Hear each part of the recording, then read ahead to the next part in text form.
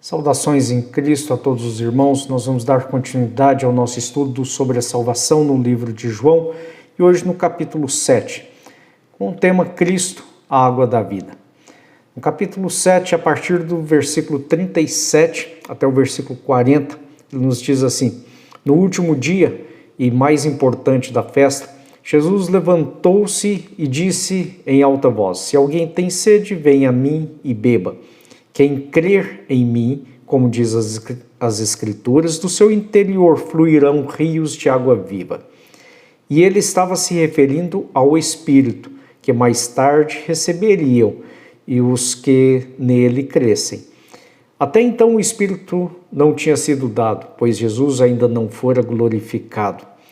Ouvindo as palavras, alguns dentre o povo disseram: Certamente, este homem é o profeta. Cristo, ele já havia falado sobre a água da vida quando falou com a mulher samaritana.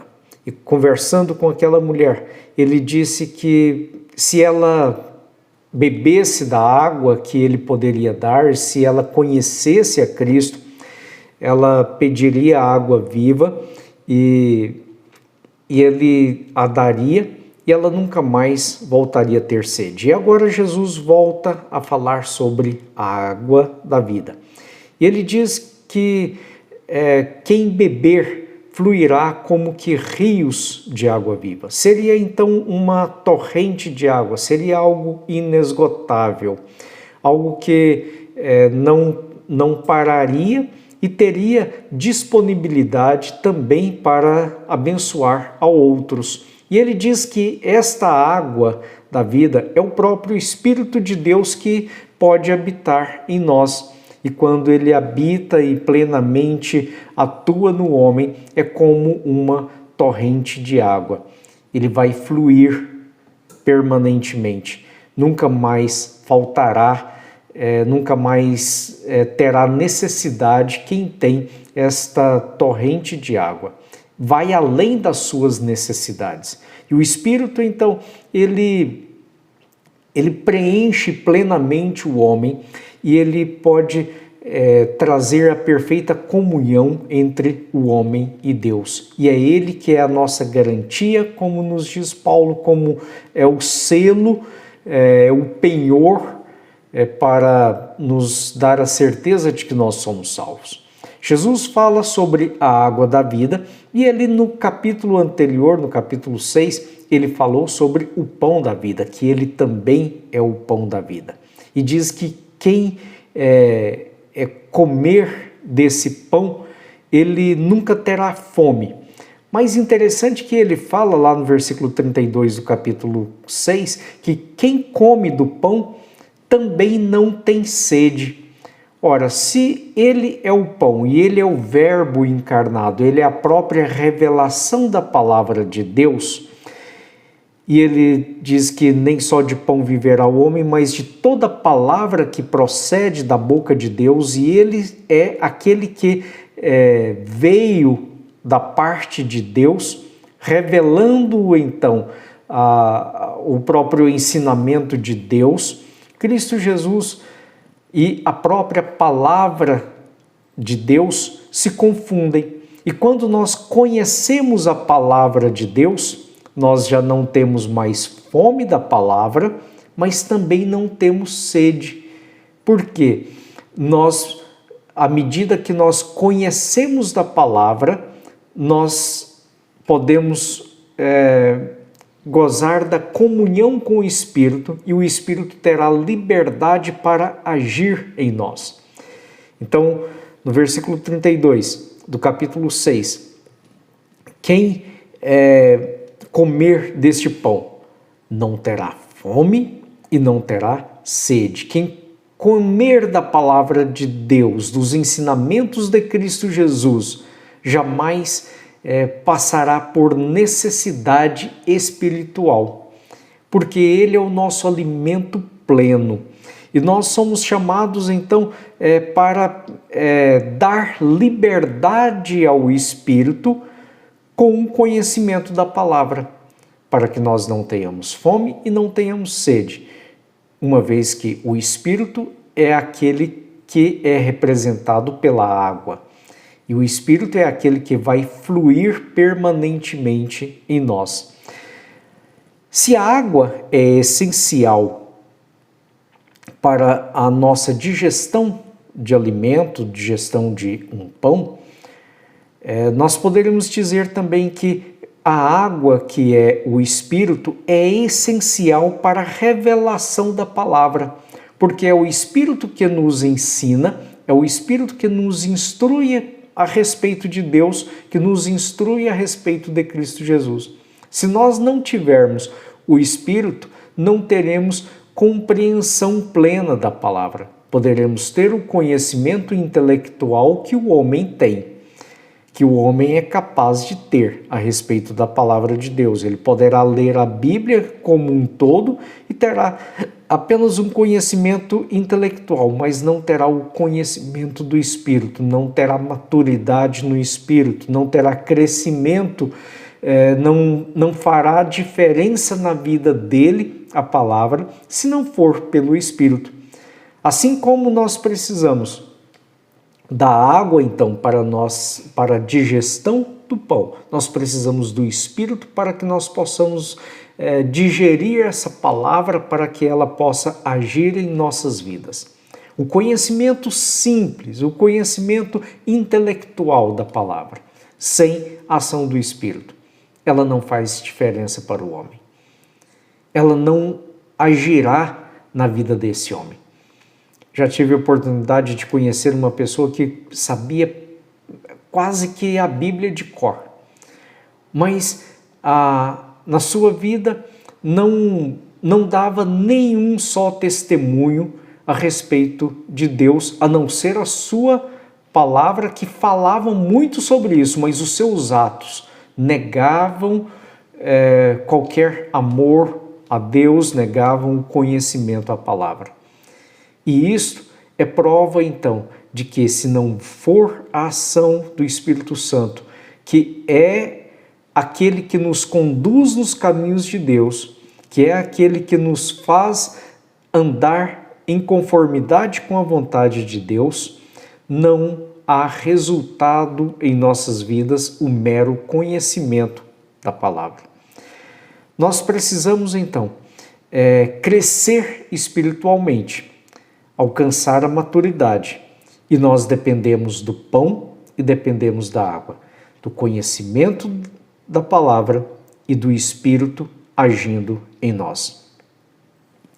E para que nós possamos dar liberdade à ação de Deus em nossas vidas, é preciso que nós possamos ouvir o que Cristo nos diz. Ele diz: se alguém tem sede, venha a mim e beba. Primeiro é necessário ter sede. É necessário desejar. É preciso que haja vontade nos nossos corações, na nossa alma, de buscar a palavra, de cantar cânticos espirituais, de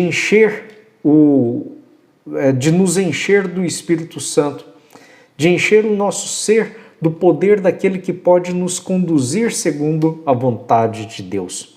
Ter uma comunhão plena com o Espírito de Deus. Para que isto aconteça, nós precisamos então de ter sede, desejar. O homem precisa desejar. Deus, ele veio para que todo aquele que crê em Cristo Jesus, para que todo aquele que crê na obra de Cristo Jesus alcance a salvação. Não é para todos os homens. O sacrifício de Cristo Jesus é suficiente para pagar o pecado de todos os homens, mas ele não salva a todos indistintamente, como que em um universalismo. Ele salva aquele que tem fé, aquele que crê, aquele que busca e anda conforme os ensinamentos de Cristo Jesus. Porque quem ouve e pratica, este sim é aquele que tem fé, é aquele que crê. É preciso então desejar e é preciso também ir até Cristo Jesus. Se alguém tem sede, venha a mim e beba. É preciso então rogar a Deus para que Ele possa agir em nossas vidas com liberdade, para que o Espírito de Deus possa agir livremente em nossas vidas. Por isso nós precisamos ir e beber desse Espírito. Esse Espírito já foi nos dado. Esse Espírito é a garantia de que nós somos salvos quando nós cremos, mas ele não violenta a vontade humana. Ele deixa que o homem possa buscar a Cristo Jesus. O cristão então deve buscar, deve se encher do Espírito, deve se aproximar de Deus. A primeira coisa pelo conhecimento da palavra, a segunda pela busca da comunhão através da comunhão com Deus, com a oração, com o cântico de louvores, com a gratidão que tem a Deus pela salvação alcançada, pela glorificação a esse Deus eterno, poderoso e maravilhoso. Após Deus nos dar essa porção do Espírito, Ele quer que nós possamos então buscar abundantemente que o Espírito também ele é representado pelo azeite, além da água. Na Bíblia ele é representado também pelo azeite, para que nós possamos buscar essa fonte que pode jorrar permanentemente. Assim como foi em Serepta, quando Elias disse àquela viúva que pudesse preparar para ele um bolo, e ela tinha apenas um bocado de farinha e tinha apenas uma botija de azeite. Ele disse que aquela botija não secaria e a vasilha de farinha também não se esvaziaria enquanto não houvesse chuva. E houve ali uma plenitude daquele azeite, uma plenitude daquela farinha que foi suficiente para alimentar a viúva, o seu filho e também Elias, até que veio a chuva. E assim é o Espírito. Quanto mais tiramos, então mais há abundância para nós. E Ele nunca nos faltará. Por isso é necessário nós buscarmos plenamente essa comunhão com o Espírito. E Ele diz também que se conhecesses, no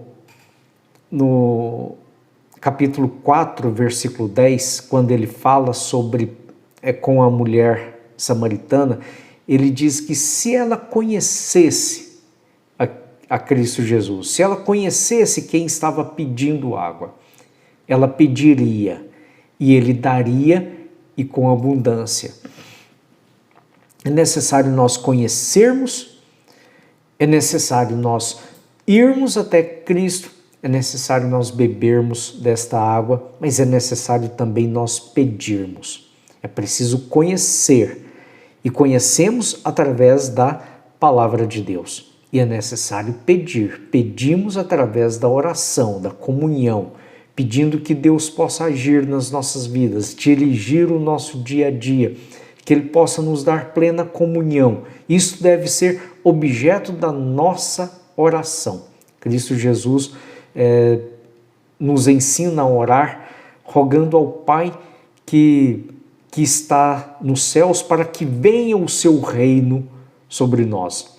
E como é que vem o reino de Deus sobre nós? Através da ação do Espírito de Deus. É o domínio de Deus. O reino é o domínio. Onde não há domínio, não há reino.